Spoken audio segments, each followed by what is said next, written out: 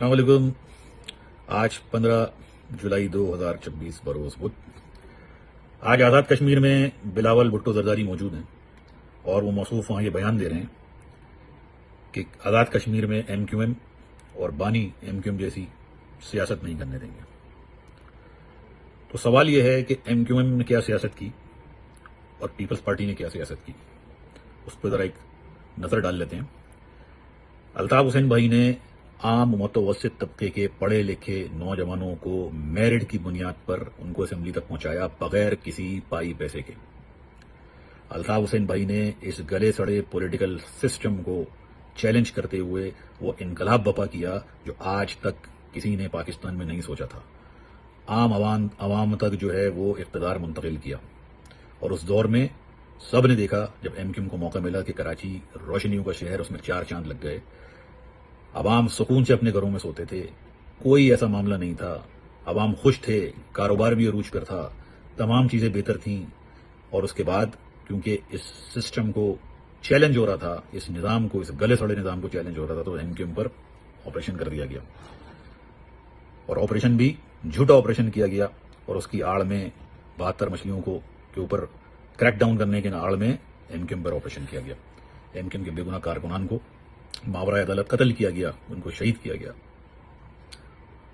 تو یہ تو الطاف حسین بھائی اور ایم کیو ایم بھگت رہے ہیں.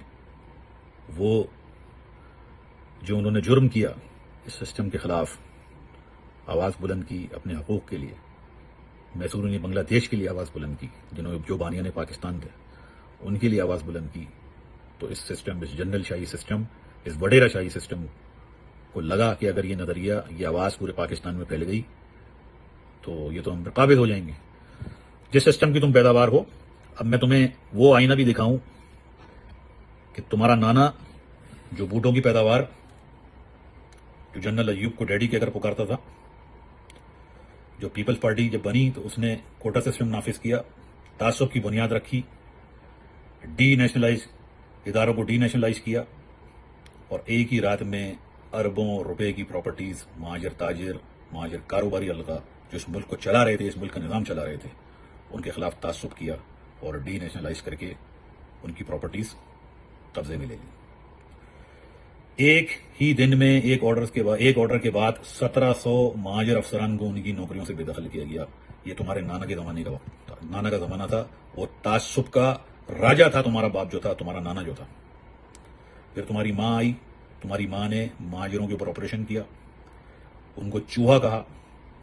جو بانیان پاکستان کی اولادیں ہیں ان کو چوہا کہا.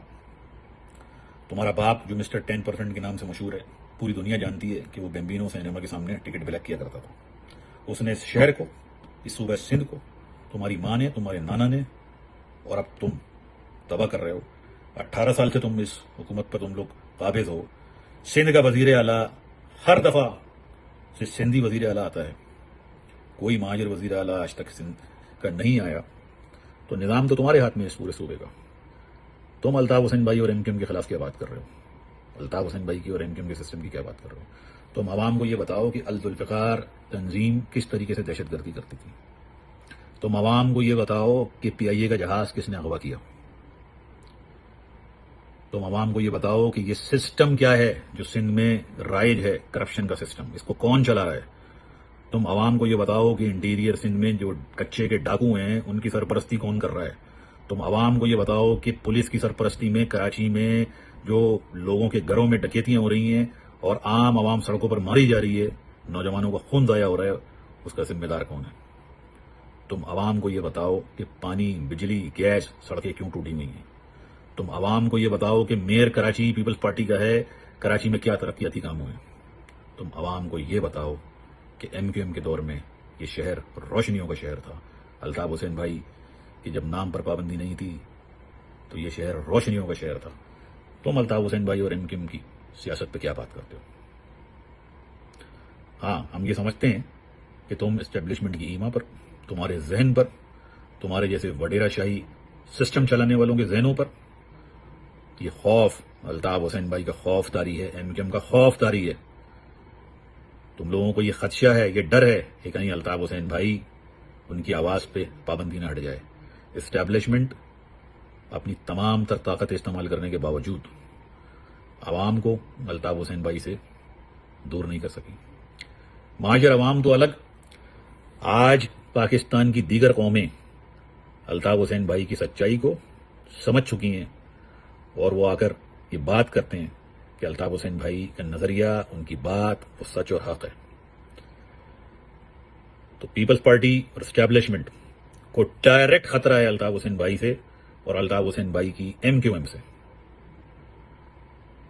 ان تمام پابندیوں کے باوجود، نیریٹو بلڈنگ اور جعلی پروپیگنڈے کے باوجود الطاف حسین بھائی اور MQM عوام سے دور نہیں ہو سکی، اور وہ نہ دور ہوگی کیونکہ اس کی بنیاد سچائی پر ہے، اس کی بنیاد جو ہے وہ حق پر ہے. تو تم کشمیر میں کھڑے ہو کے بات کرو، کہ تم لاڑکانہ میں کھڑو کے بات کرو، کہ تم پاکستان کے کسی بھی جگہ کھڑو کے بات کرو کہ MQM کی اور الطاف حسین بھائی کی سیاست نہیں کرنے دیں گے. تو تمہارے نانا نے بھی یہی کوشش کی تھی، تمہاری ماں نے اور تمہارے باپ نے بھی یہی کوشش کی تھی. تم بھی کر کے دیکھ لو، ہوگا وہی جو قدرت چاہے گی، اور انصاف کا اور حق کا بول والا ہوگا. الطاف حسین بھائی زندہ باد، مہاجر زندہ باد.